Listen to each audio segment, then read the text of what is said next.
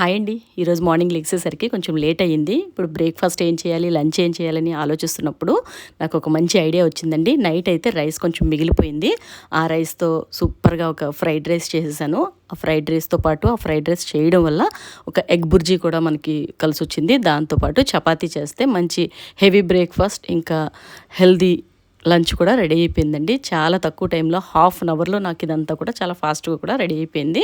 దీనికోసం అయితే ముందుగా నేను ఇలా చపాతీ పిండిని సాఫ్ట్ డౌలో కలిపి ఒక పక్కన పెట్టేసుకున్నాను. ఇది నైట్ మిగిలిపోయిన రైస్ అండి. ఇప్పుడు స్టవ్ మీద కడాయి పెట్టుకొని ఇందులో కొంచెం ఆయిల్ వేసుకొని మనం కట్ చేసి పెట్టుకున్న ఆనియన్స్ ఇందులో వేసేసుకొని బాగా సన్నగా తరిగిన పచ్చిమిర్చి కూడా ఇందులో వేసుకొని ఇలా కొంచెం పెద్ద సైజులో కూడా కొంచెం పచ్చిమిర్చి వేసుకుందామండి. పిల్లలు ఏమైనా స్పైసీనెస్ ఎక్కువ ఇష్టపడకపోతే అవి అప్పుడు తీసేయచ్చు కొంచెం ఫ్రై అయిన తర్వాత.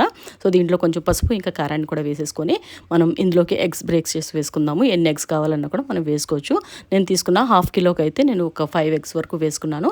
సో ఇలా చక్కగా మిక్స్ చేసుకొని దీన్ని ఒక హైలో పెట్టేసుకొని మిక్స్ చేస్తే నిమిషాల్లో మనకి ఎగ్ బుర్జీ ఈజీగా రెడీ అయిపోతుందండి. ఇందులోనే టేస్ట్కి సరిపడేట్టుగా సాల్ట్ కూడా వేసేసుకొని దీన్నంతా బాగా మిక్స్ చేసుకుందాము. ఇప్పుడు ఇదంతా కూడా చక్కగా రెడీ అయిపోయింది. దీన్ని అయితే ఒక బౌల్లోకి ట్రాన్స్ఫర్ చేసి పక్కన పెట్టేసుకుందామండి. ఇప్పుడైతే స్టవ్ మీద అదే కడాయిలో కొంచెంగా ఆయిల్ మళ్ళీ వేసుకొని ఇప్పుడు మనకి ఇంట్లో ఏ వెజిటేబుల్ అవైలబుల్గా ఉంటే అది French beans, carrot, cabbage, capsicum ఇందులో ఏదైనా వేసుకోవచ్చు.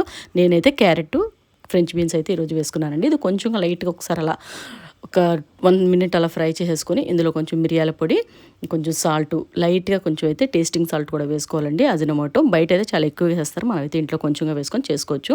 ఇలానే అది ఫ్రై అవుతూ ఉండగానే మనకి చక్కగా ఇలా చపాతీ రోల్ చేసుకొని చపాతీ కూడా చక్కగా నెయ్యి వేసుకొని ఇలా కాల్చేసానండి. ఈరోజు నేను చేసిన ఈ ప్రాసెస్లో బాబుకి బ్రేక్ఫాస్ట్ వేయగా నేను కూడా బ్రేక్ఫాస్ట్ తినే టైం కూడా మిగిలింది. అంత ఫాస్ట్గా అయిపోయింది లేట్గా లేసినా కూడా. సో దీనికోసం అయితే ఇలా బాబుకైతే నేనైతే ఇలా ఆ ఎగ్ బుర్జీ పెట్టేసి చపాతీ అయితే పెట్టేశానండి. బ్రేక్ఫాస్ట్లోకి చక్కగా సఫిషియెంట్గా తనకి అందవలసిన పౌష్టికత ఏదో ఒకటి సింపుల్గా పెట్టేయకుండా చక్కగా చపాతీ ఇలా స్మూత్గా మనం చేసిన ఈ స్టైల్లో చాలా స్మూత్గా చాలా బాగుంటుంది. సో ఇలా ఇప్పుడైతే ఇవి అయితే బాగా ఫ్రై అయిపోయినాయండి దగ్గరగా. ఇందులోకి మనం ఆల్రెడీ చేసి పెట్టుకున్న ఎగ్ బుర్జీని ఇందులో కొంచెంగా తీసుకొని మిక్స్ చేసుకుందాము. ఇదంతా జస్ట్ అలా ఒక్కసారిగా మిక్స్ చేసేసి ఇప్పుడు నైట్ మనకి మిగిలిన రైస్ని ఇందులో వేసుకోవచ్చు. కావాలంటే మీరు అప్పటికప్పుడు కుక్ చేసి ఈ ప్రాసెస్ చేసుకున్నా కూడా టైం చాలా ఫాస్ట్గానే అవుతుందండి మనకి కుకింగ్ అనేది.